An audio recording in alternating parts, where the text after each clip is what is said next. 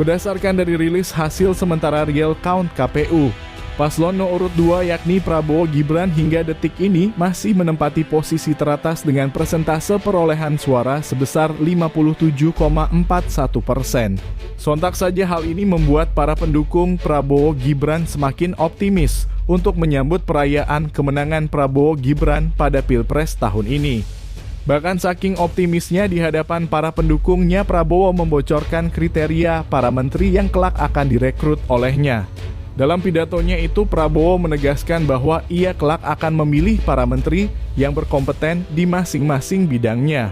Lebih lanjut, Prabowo mengatakan bahwa ia tidak peduli soal berapapun usia para calon menterinya kelak.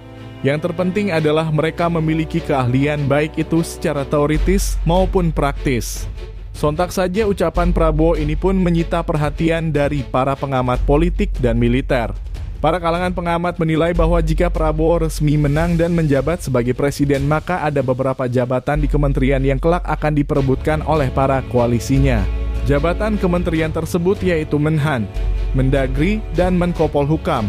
Adapun alasan mengapa ketiga jabatan kementerian itu jadi rebutan yaitu dikarenakan jabatan di ketiga kementerian itu lazimnya dijabat oleh para purnawirawan Jenderal TNI Polri. Sedangkan koalisi Prabowo didominasi oleh purnawirawan Jenderal TNI Polri yang hebat-hebat. Maka tak heran kelak ketiga jabatan tersebut akan jadi rebutan. Untuk jabatan Menteri Pertahanan dan Menko Polhukam ada 4 kandidat kuat yakni Jenderal Wiranto, Jenderal Agung Gumelar, Jenderal Dudung Abdurrahman dan putra mantan Presiden SBY yakni Mayor Agus Harimurti Yudhoyono atau AHY.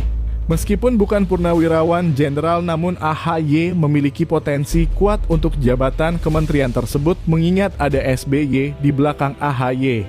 Sedangkan untuk jabatan Menteri Dalam Negeri ada 3 kandidat kuat yakni Jenderal Polisi Sutarman, Jenderal Polisi Idham Aziz, dan Jenderal Polisi Sutanto.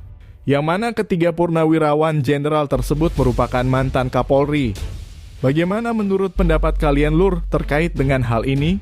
Di antara mereka semua siapakah menurut kalian yang paling pantas untuk menduduki jabatan Menhan, Mendagri, dan Menko Polhukam jika kelak Prabowo menang dan menjadi presiden? Tulis pendapat kalian di kolom komentar ya Lur.